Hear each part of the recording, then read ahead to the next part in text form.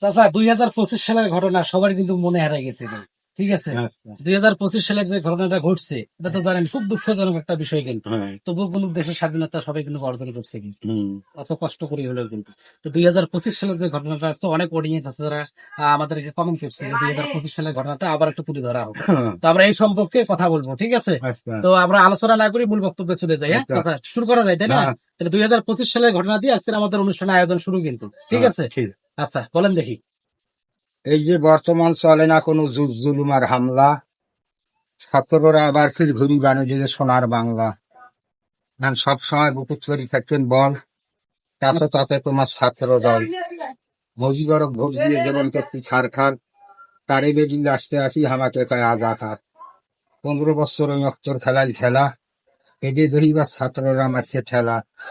Gas ছাড়ি তুচি বেলা, দেবী বলে হারুন, বই বলে ছাত্র মারছে দারুণ। মারি না গেছে কাইমাই, খেলাউয়ের পাছত কাইই নাই।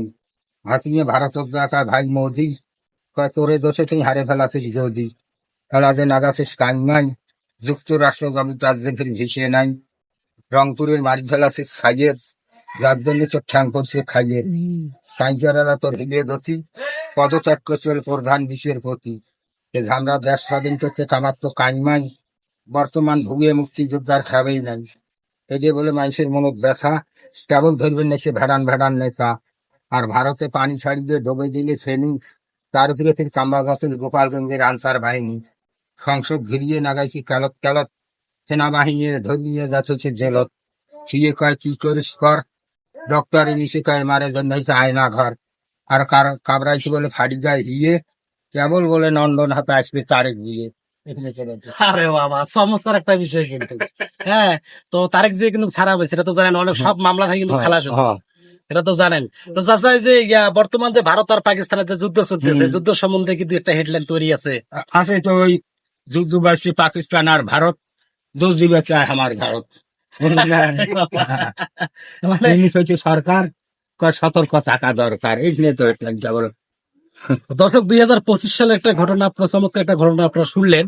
তো পাশাপাশি এই যে বর্তমান ভারত এবং পাকিস্তানের যে বিষয়টা, বর্তমান যে যুদ্ধটা চলতেছে, যুদ্ধ সম্পর্কে আমাদের একটা হেডলাইন, সুন্দর একটা হেডলাইন তৈরি হয়েছে।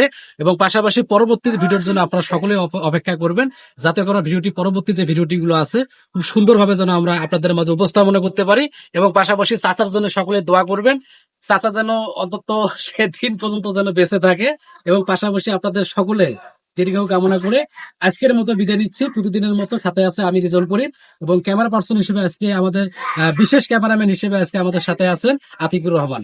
সকলে ভালো থাকবেন, সুস্থ থাকবেন, সকলে দীর্ঘ কামনা করে আজকের মতো বিদায় নিচ্ছি। আল্লাহ হাফেজ।